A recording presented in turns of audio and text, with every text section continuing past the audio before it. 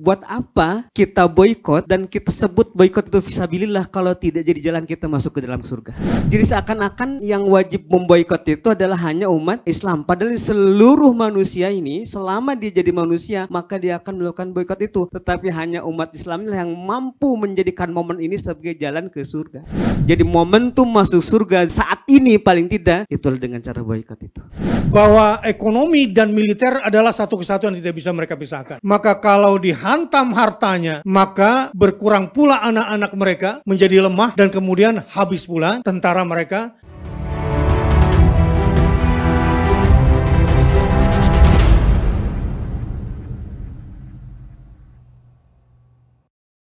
Nah Ustaz Deden kira-kira nih, supaya pada punya dalil, ya, seefektif apa sih perjuangan kita? Ada nggak sumbernya dari Al-Quran kah, dari As-Sunnah kah, dan bagaimana perilaku Nabi Sallallahu Alaihi Wasallam?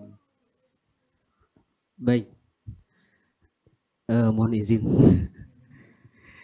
Ustaz,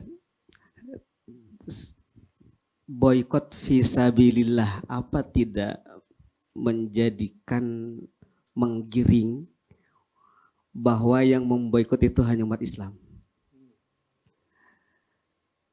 Padahal seruan, pernyataan sikap, aksi rakyat Indonesia lintas agama bela Palestina yang dipimpin oleh Ustaz, oleh bareng-bareng kita semua di Monas tanggal 5 November, seluruh agama menyerukan boikot produk-produk yang mendukung Israel. Ya, ini maknanya supaya bernilai ibadah dari sisi umat Islam kita, dari sisi umat Islam dan mayoritas, bahwa apa yang kita lakukan ini bukan sebatas kemanusiaan. Fisabilillah ini bagian daripada perang ekonomi. Ya, terutama umat Islam yang kita harapkan.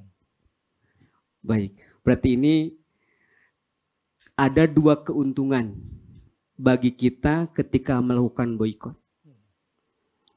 Bukan hanya kita bersama seluruh manusia di dunia melakukan perlawanan terhadap penjajahan Israel, tetapi lebih dari itu jalan kita ke surga. Iya. Mau masuk surga gampang, boikot saja sekarang. Fisabilillah, berarti berjumpa dengan Allah, di jalan Allah. Makanya boikot fisabilillah. Ya buat apa ada kata fisabilillah kalau kita nggak boikot? Ganti-ganti.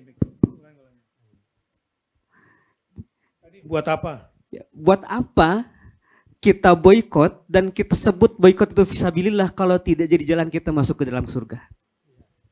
Dan hati-hati nih, yang tidak melakukan boikot, nih bahayanya di sini. Ya sedang kemana tuh di situ? Nah dari term dulu Ustaz ya, kalau saya, karena juga ada orang yang bilang ketika McD di boikot kalimatnya begini, kan para karyawan McD umat Islam, ini bukan masalah umat Islam, manusia ini. Mestinya, jadi seakan-akan yang wajib memboikot itu adalah hanya umat Islam. Padahal seluruh manusia ini selama dia jadi manusia maka dia akan melakukan boikot itu. Tetapi hanya umat Islam yang mampu menjadikan momen ini sebagai jalan ke surga.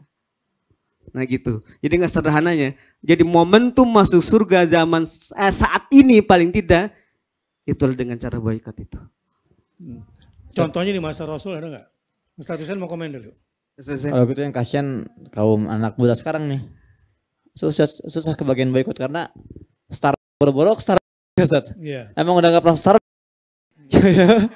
Ya kalau minum kopi biasa di Starbucks keliling, gak gitu sulit dong. Kalau emang dari awal nggak pernah ke Starbucks mahal-mahal ya. Nah kalau gitu saya kasih alternatifnya deh. Boikot rokok dulu aja deh. Nah itu perjuangan kalian ya. Rokok juga kan banyak yang larinya kan ke Amerika saja dan ke Israel juga ujung-ujungnya. Wah kalau itu larinya ke oligarki itu. Kalau oligarki kemana-mana tuh larinya nanti. Ya saya setuju. Gimana Ustaz Deden? Jadi ini dalilnya boikot fisabilillah apa sih gitu ya? Apa ada Qur'annya, apa hadisnya, apakah ada contoh dari Rasulullah gitu? kalau dalil yang begitu jelas, arti yang dipraktekkan langsung oleh Rasulullah saat itu tentang boikot ini memang tidak begitu terlihat, Ustaz. Iya. Karena Rasulullah itu dari perang Badar sampai perang terakhir Rasulullah itu tidak ada perang dengan cara boikot. Iya. Ada juga namanya hisor, mengepung benteng. Mengepung benteng. Namun ada para ahli mengatakan ada sariyah-sariyah, ekspedisi-ekspedisi perang yang dikirim oleh Rasulullah SAW, perang Badar, yang dimana di situ tidak ada pertempuran, itu sifatnya boikot untuk melemahkan ekonomi. Bahkan sebenarnya perang Badar sendiri itu ada motif ekonominya. Karena orang Quraisy itu mereka datang ke Badar dengan membawa pasukan yang besar itu untuk menyelamatkan kafilah dagang mereka yang dipimpin oleh Abu Sufyan. Mereka takut harta kekayaan mereka yang saat itu pulang dari Syam jatuh ke tangan Rasulullah, maka mereka datang ke Badar untuk menghadangnya. Artinya dari sini terlihat bahwa ketergantungan mereka kepada harta itu sangat besar. Mereka itu datang ke Badar bukan untuk menyelamatkan agama mereka, tetapi untuk menyelamatkan harta dagangan mereka. Perang Badar itu. Oleh karenanya, di sini kita bisa melihat, maka ambil tuh hartanya, maka akan muncul perang Badar berikutnya, Ustaz. Allahu Akbar. Jadi mereka itu mungkin berperang untuk menyelamatkan harta. Nah, kita ancam saja terus dengan boikot hartanya, maka ketika pun meletus perang, maka itulah perang Badar. Iya. Kalau kita kaitkan Ustaz dengan surah Al-Isra, "Tsumma radadna lakumul karrata 'alaihim." Ayat 7 dan 8 di surah Al-Isra. Bahwa Bani Israel itu dikuatkan lagi oleh Allah bukan dengan iman. Wa amdadnakum bi amwal wa banin wa ja'alnakum aktsara nafira. Allah tidak mengisyaratkan bahwa mereka dikuatkan itu karena iman dengan iman mereka. Bukan. Ini isyarat dari Allah. Kami pergilirankan kamu untuk bisa mengalahkan mereka dan kami bantu kamu dengan harta yang banyak. Ya, bukan iman kan yang dikasih. Iya. Maka biamwalin, mereka itu dikuatkan oleh Allah, yakni dijadikan kuat lagi oleh Allah dalam siklus kejayaan mereka berikutnya, itu biamwalin, dengan harta. Dengan harta-harta, biamwalin wabanina, dan anak-anak. Waja'alnakum aktsara nafira. Nah, dari harta-harta dan anak-anak ini jadilah Bani Israel ini kaum yang paling banyak pasukannya. Oleh karenanya cara paling efektif untuk melemahkan pasukan mereka, yakni nafir itu, maka kita mulai dari amwal mereka. Kita kurangi, kita boikot amwal mereka, harta-harta mereka. Maka kalau harta-harta mereka ini sudah tidak lagi berfungsi, maka kekuatan mereka akan lemah seutuhnya. Jadi kalau gambaran orang sekarang nih, karena kekuatan pasukan Israel itu aktsara nafira, katakanlah sekarang aktsara nafira, pasukannya terbanyak karena dukungan negara-negara sekutu kan, Amerika, Inggris, Jerman, Prancis, Kanada, Jepang, ya, Italia.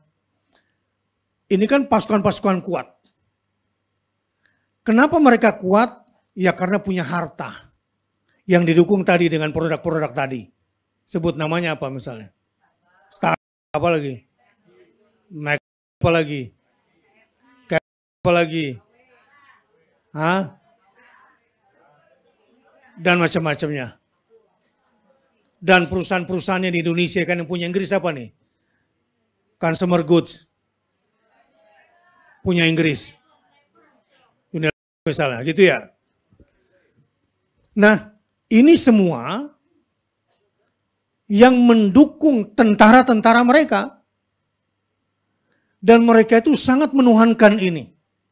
Mereka jaga betul dengan militernya. Bahwa ekonomi dan militer adalah satu kesatuan yang tidak bisa mereka pisahkan. Maka kalau dihantam hartanya, maka berkurang pula anak-anak mereka menjadi lemah dan kemudian habis pula tentara mereka. Dan sejak di awal kita hantam hartanya, Allah yang kasih isyarat. Aku kuatkan mereka dengan harta dariku. Ya, kalau kita kemudian lawan mereka dan kita jalankan ekonomi kita di jalan agama Allah dan kita perangi ekonomi mereka karena sudah memerangi ekonomi agama Allah, maka ini berpindah nanti kekuatan kepada kita. Ya. Nah, dengan itu menjadi lemahlah kekuatan mereka. Nah, ini dalilnya kira-kira ya, setelah ngobrol sama Ustaz Deden tadi. Bahwa boykot itu ada dalilnya enggak? Jelas banget, gitu ya.